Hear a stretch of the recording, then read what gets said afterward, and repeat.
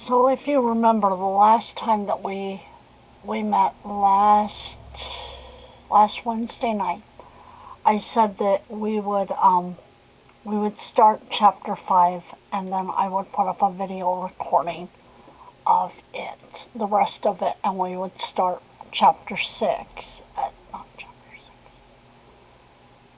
the cellular respiration chapter 7 the next time that we met. So this is the recording, the end of the chapter 5 PowerPoint.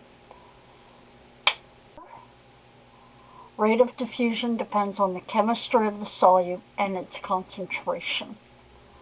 So chemistry, based on whether or not it's polar or nonpolar, and its size.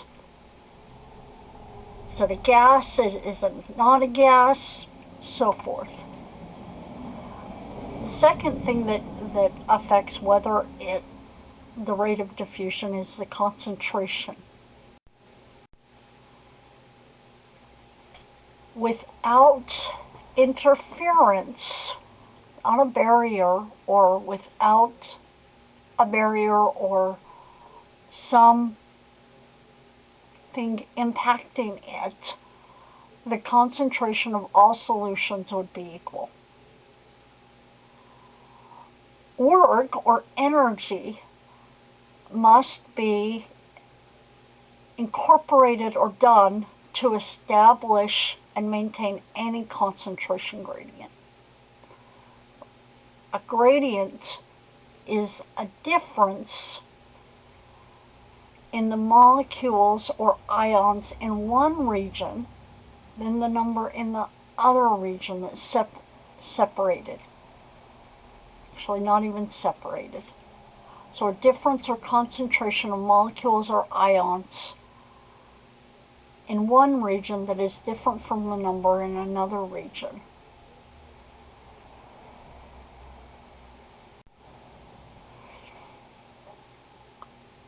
Cells maintain gradients. A transmembrane gradient is the concentration of a solute that is higher on one side of a membrane than on the other side, across the membrane. An ion electrochemical gradient, call this a solute transmembrane gradient. But an ion electrochemical gradient is one where there's an electrical gradient because of the charge on ions, or charge on the ions. And the number is different between the two sides, a chemical gradient. So electrochemical, electro meaning the charge, chemical because it's a chemical. So it's an element, it's an atom.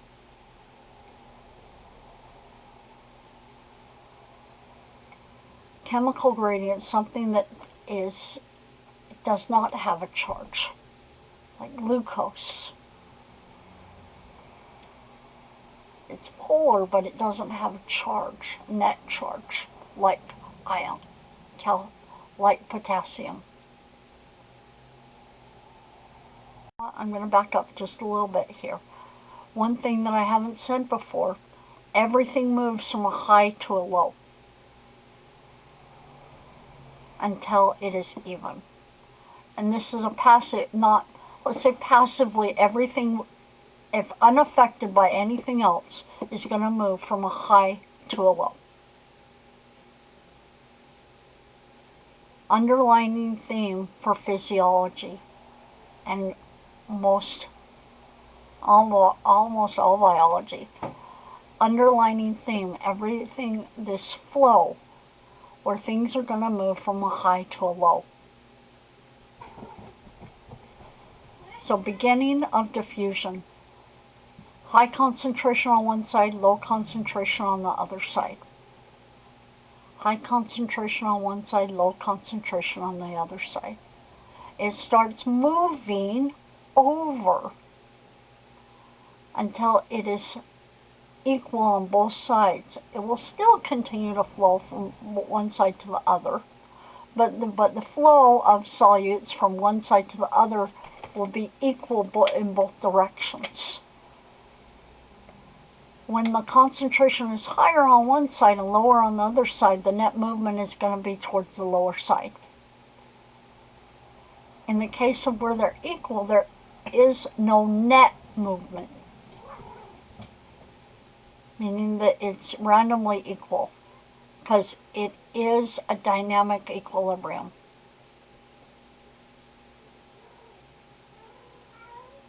No net change. No net change in the concentration. Here, to block more incoming water. What pressure needs to be put on this container to block more water coming into it? That pressure is the osmotic pressure.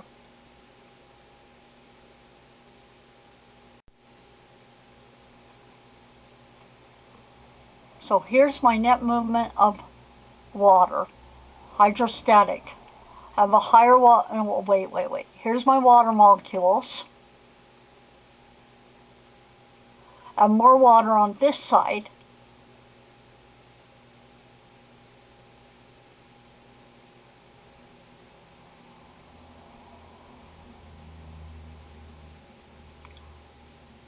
So water is going to move from a high to a low, so it's going to move over this direction.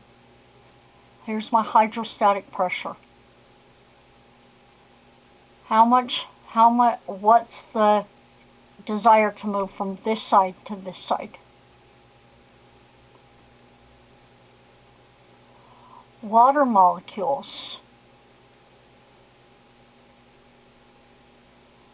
Just a few in there.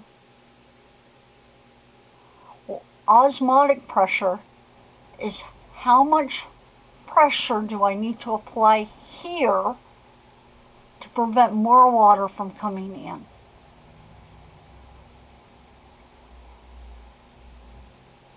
I think tonight when we meet I'm going to go over this a little bit anyway, but this recording will be there, just specifically osmosis.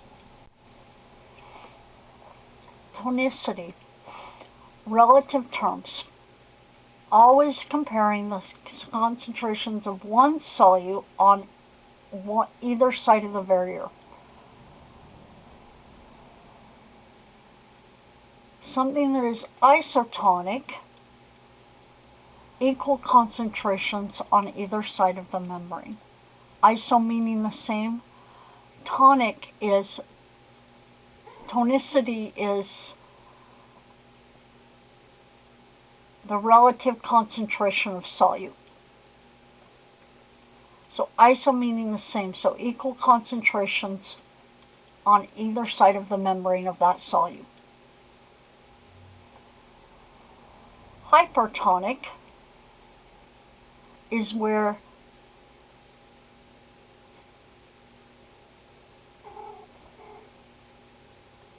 the side of the barrier has a higher solute concentration. If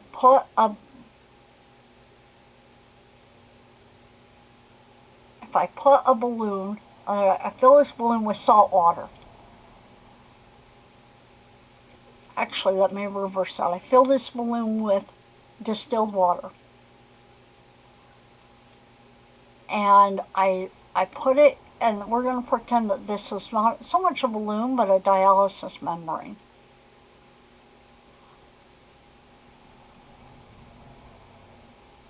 And then on the other side, I submerge it in salt water. Concentration inside that balloon or that dialysis tubing structure is less ions and salt-wise than the outside. So the outside is considered to be hypertonic.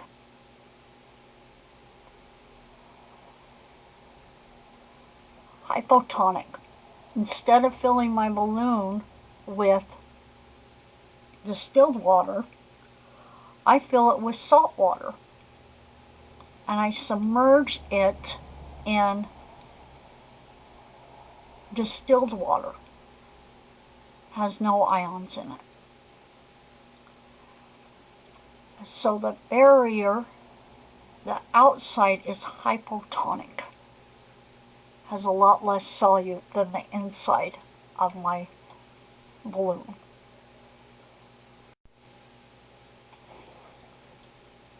Animal cells favor an isotonic environment because we like the net exchange of movement for water to be equal.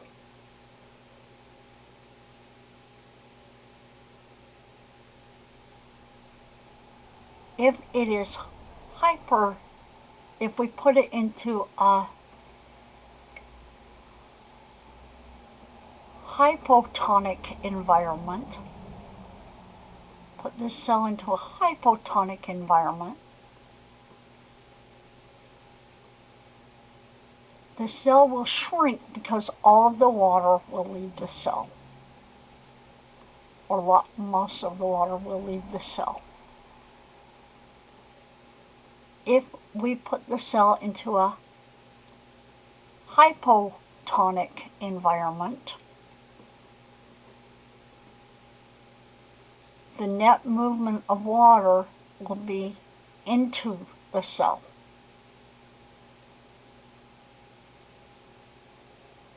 And the cell will get very big and possibly lyse.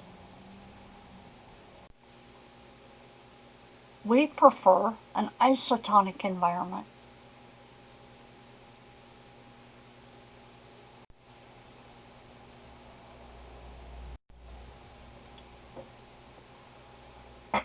With the plasma membrane, we also have proteins. If you remember, as part of the plasma membrane is a lot of proteins.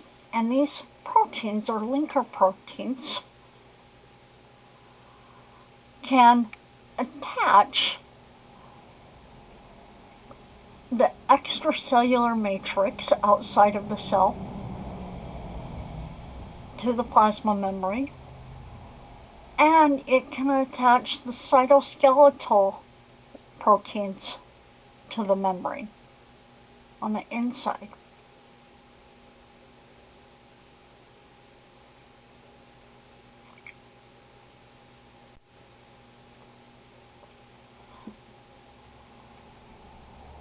We have different types of proteins. We have peripheral proteins that bind through interactions such as ionic interactions or van der Waals interactions with proteins that are inserted into the plasma membrane.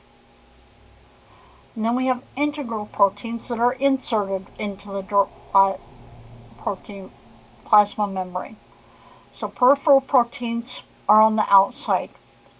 They interact with components of the membrane, and that keeps them bound. But they are not inserted into it. Integral membrane proteins are inserted. They span the lipid bilayer. We also call them transmembrane proteins because they and move from one side of the membrane to the other side, so they transmembrane proteins. They have a non-polar hydrophobic region of the protein that allows it to stay within the hydrophobic core of the membrane. So the non-polar regions of the protein, the transmembrane domains, are embedded in the interior of the bilayer and span the lipid bilayer.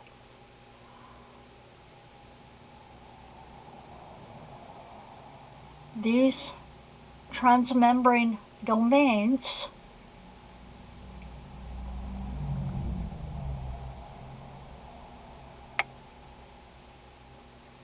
have non-polar amino acids arranged in alpha helices. Remember, this was one of the secondary protein structures. And polar hydrophilic protein can protrude on either side of the membrane. You got a hydrophobic region and a hydrophilic region. Through the membrane, it's hydrophobic. On the either side of the membrane, it's hydrophilic. You can have a single pass protein that moves through just one time, or you can have a multi-pass where it moves through multiple times.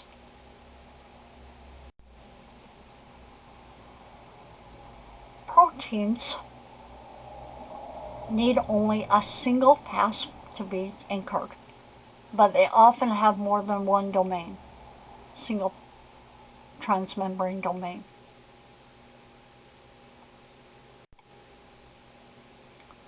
Some transmembrane proteins are porous that cross the membrane.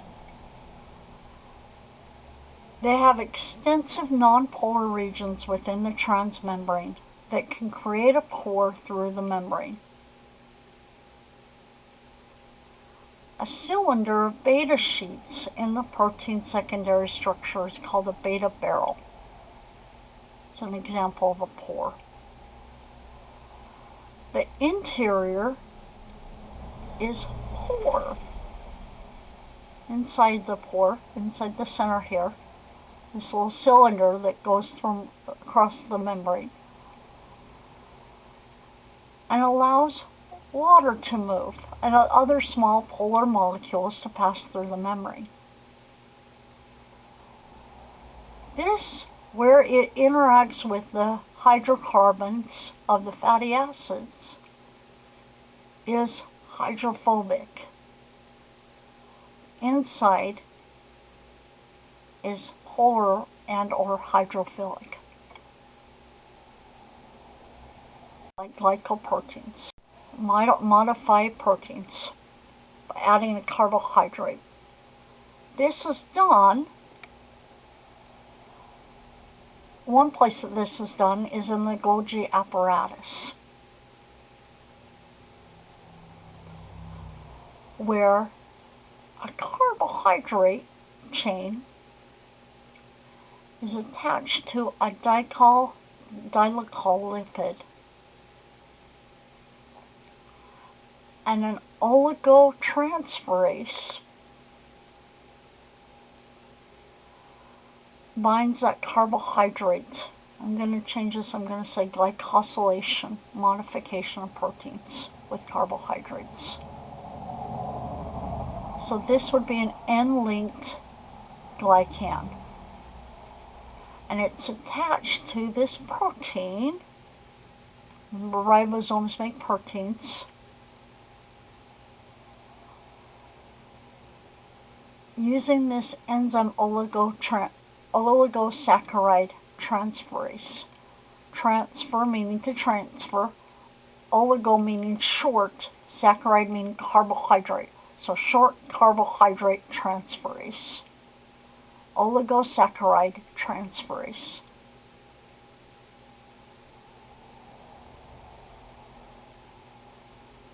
And the end result is that it links the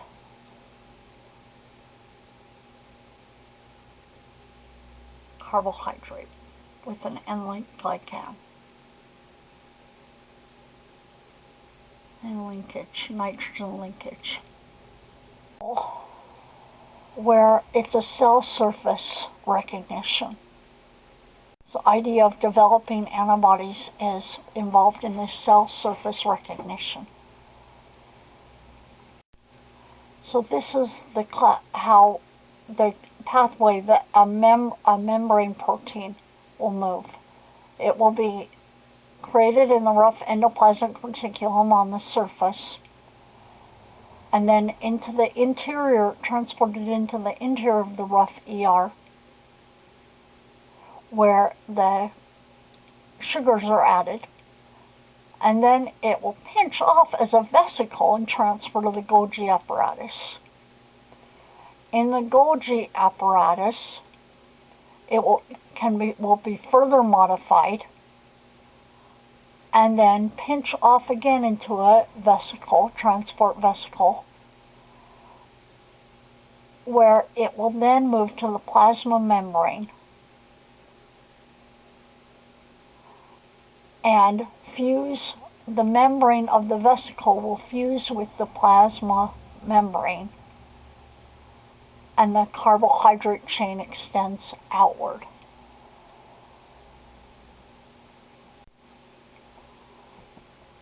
So membrane proteins are classified by function. You can have transport, where they're made to transport ions or substances.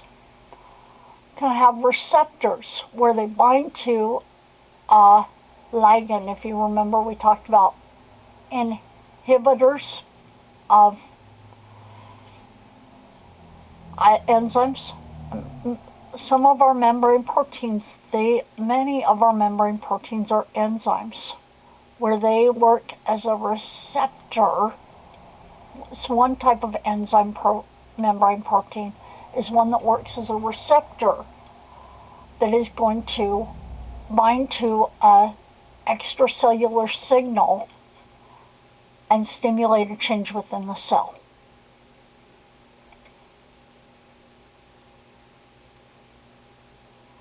We have linker proteins that attach the cytoskeleton and the extracellular matrix to the cell. Enzymes. This is one type of enzymatic protein. Here's another one with an enzyme activity, where its active site is exposed to substances in the adjacent solution. And a team of several enzymes in a membrane can catalyze subsequent steps. Remember, we talked about metabolic pathways as indicated. Intracellular joining, where the membrane proteins of adjacent cells can be hooked together in various kinds of intercellular junctions.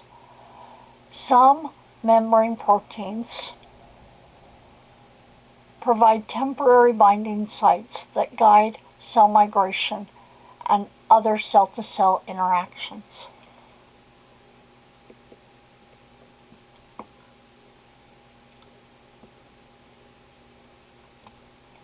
Cell-to-cell recognition, this is like blood type. Some glycoproteins bonded to short chains which help to make up the glycocalyx serve as an identification tag that are specifically recognized by other cells.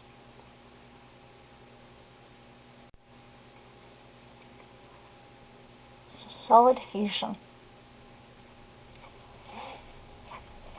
Some membrane proteins serve in anchoring, like integrants that anchor the cell to the cell matrix. We'll have a linker protein that anchors it. They also connect to microfilaments within the cell. So this is that linker protein.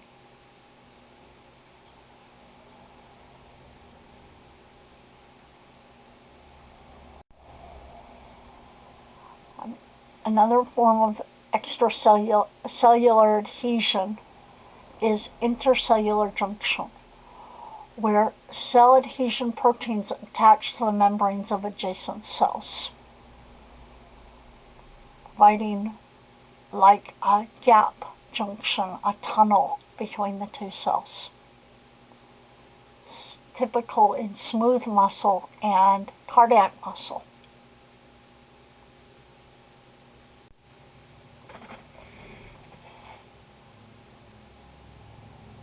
Membrane transport.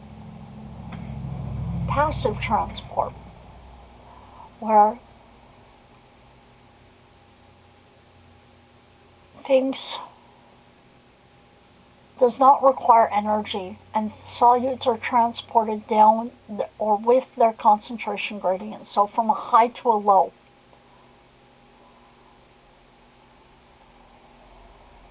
Passive diffusion is where the solute can pass through the membrane without a transport protein. It's permeable. The membrane is permeable to that solute. This is passive diffusion. No energy is required, just moving from a high to a low. In the case of passive, no carrier protein or tunnel or transport protein or pore is necessary in passive. And facilitated, that pore or that transport protein is necessary. So the diffusion of a solute through a membrane with the aid of a transport protein, facilitated diffusion. Diffusion is always passive.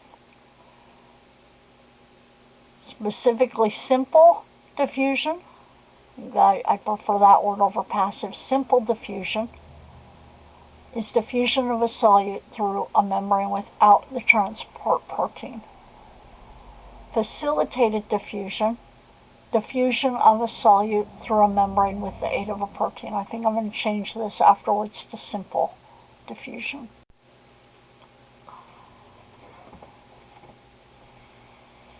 Channels used in facilitated diffusion form an open passageway for the direct diffusion of ions or molecules across the membrane.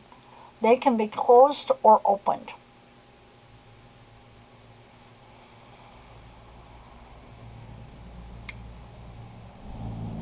Remember that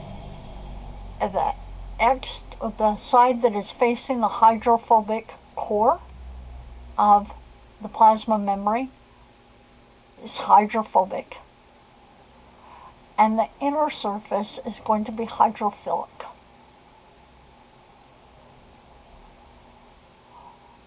Pores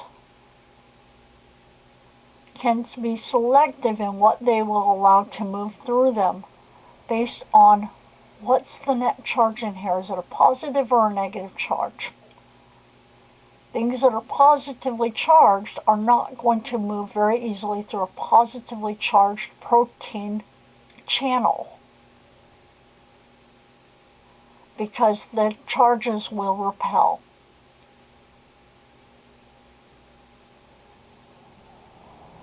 They can also, if the pore channel is not big enough for that solute to move through, what if the solute is this big?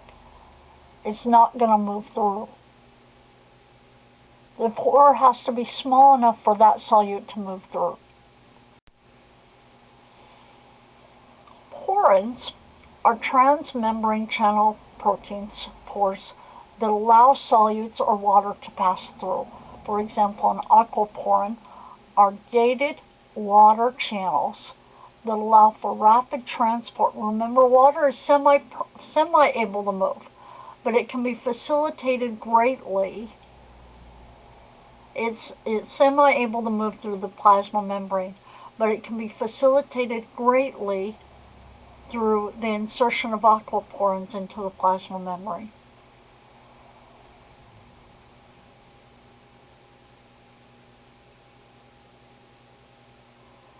But these same aquaporins do not permit the passage of ions and other small molecules because they maybe don't fit, or the charge is wrong.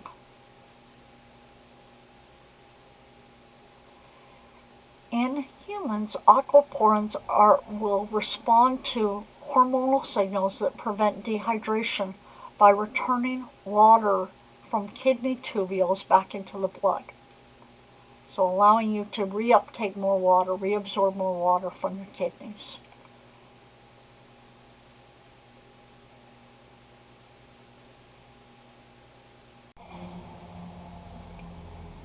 Modified their channels But rather than being an open or just open or closed channel, they change in conformation when the solute binds and detaches as it's transferred across the membrane. This is the principal pathway for the uptake of organic molecules such as sugars, amino acids, and nucleotides. Where there is a pocket where that solute binds, it binds, a conformational change occurs, and it opens to the other side.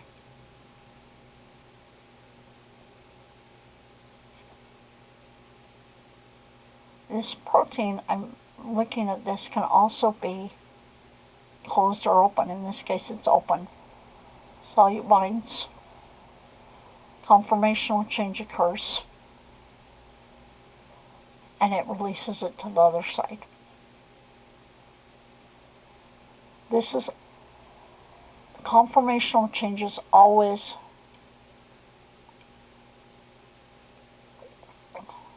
require ATP.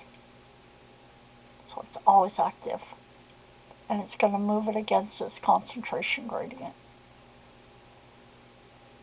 We have carriers that work in a passive move way too, but they're going to move with the concentration gradient. That solute with its gradient from a high to a low. Active always from a low to a high.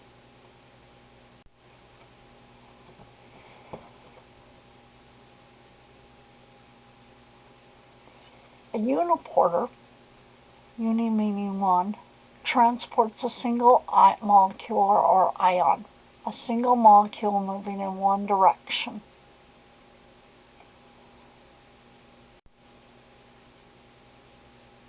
A symporter or a cotransporter moves two or more molecules in the same direction.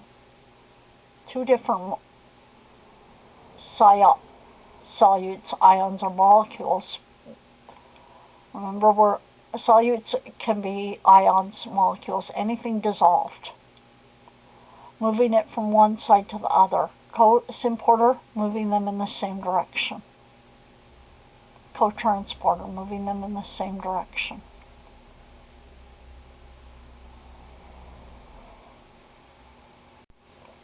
Antiporter is where two or more molecules are transported in opposite directions. One is transported this way, one is transported the other way.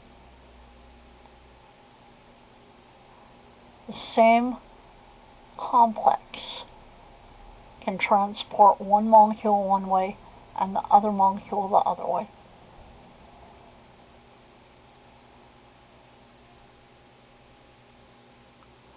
And this doesn't show it, but it can move it with the same interaction. So this molecule and this molecule can combine to the same carrier.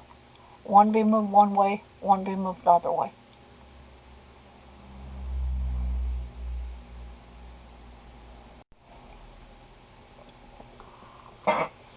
When we talk about active transport, there's two types of active transport. There's primary active transport,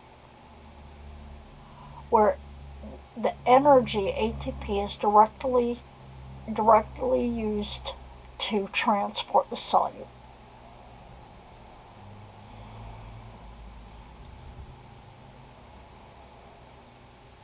Directly use the hydrolysis of one ATP to transfer the solute. Secondary active transport uses a pre-existing gradient. So when we move one against its concentration gradient, we can then use a symporter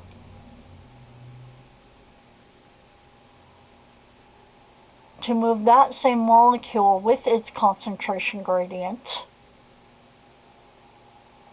to move this molecule against its concentration gradient.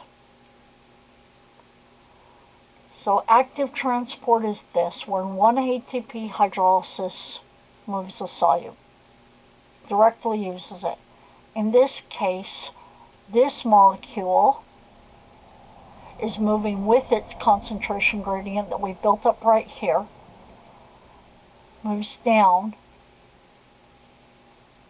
This molecule is moving against its concentration gradient, but it's binding to the same carrier as this molecule that's moving with its concentration gradient. So we use one moving with its concentration gradient to move another solute against its concentration gradient. And we build up this concentration gradient of this substance using ATP. So this primary active transport is this, where the direct hydrolysis of ATP is directed to the movement. Secondary active transport is where we're moving this solute with its concentration gradient that we've now developed here down, and in that same co-transporter or symporter, we're moving one against its concentration gradient.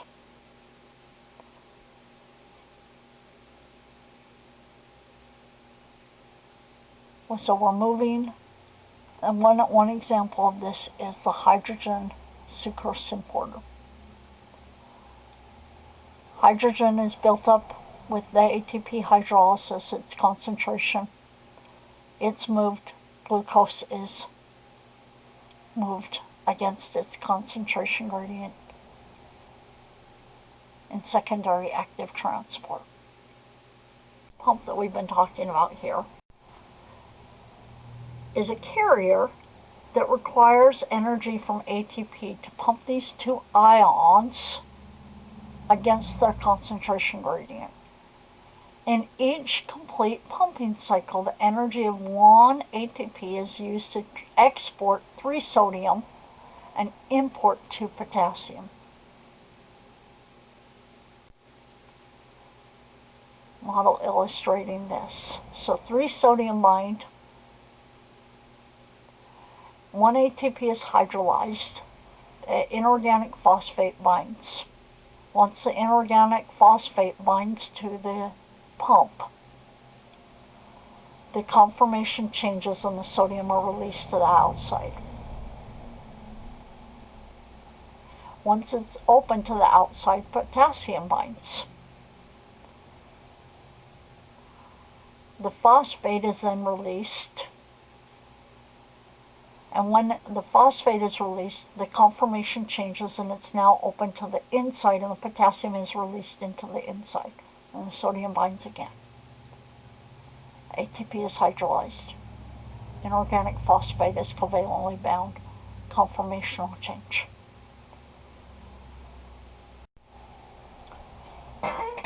Two of the last things we're going to talk about today: exocytosis and endocytosis. Cyto meaning cell, exo meaning exit. So exocytosis, it's going to exit the cell. Endocytosis, it's going to enter the cell, endo, like endothermic, endogonic, exogonic. Remember those words from when we were talking about energy. Energy exits, exothermic. Endothermic, energy enters. So here, something exits a cell, something enters a cell. Transport of larger proteins, such as proteins and polysaccharides, even very large particles.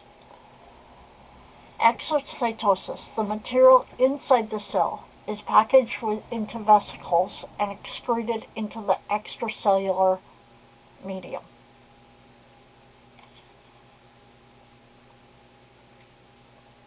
Or it can fuse to the, oh, never mind.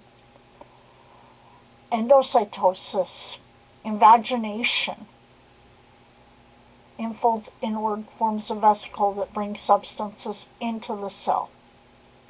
They're both forms of active transport.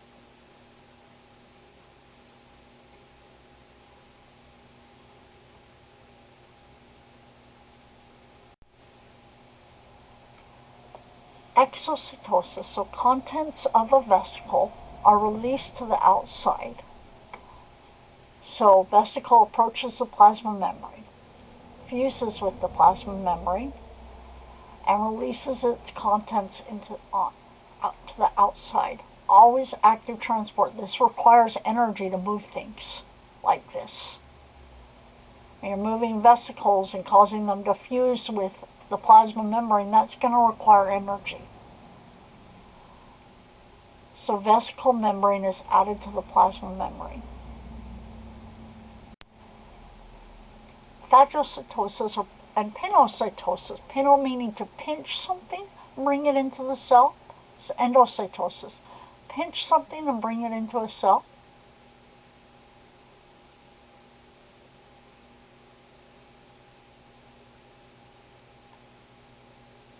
Phagocytosis meaning to engulf.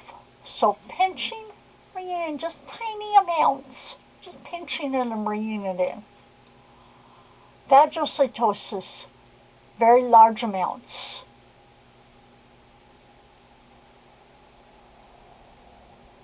Very big amounts. Receptor-mediated endocytosis requires a receptor specific. If you have a receptor, the target molecule has to bind to the receptor. It's specific, it's not non-specific. I think all what we've talked about so far is non-specific. This is specific. You have to have a receptor that's going to bind to that target molecule to bring it in. Clathrin is a coat that makes a coated vesicle when it brings it in.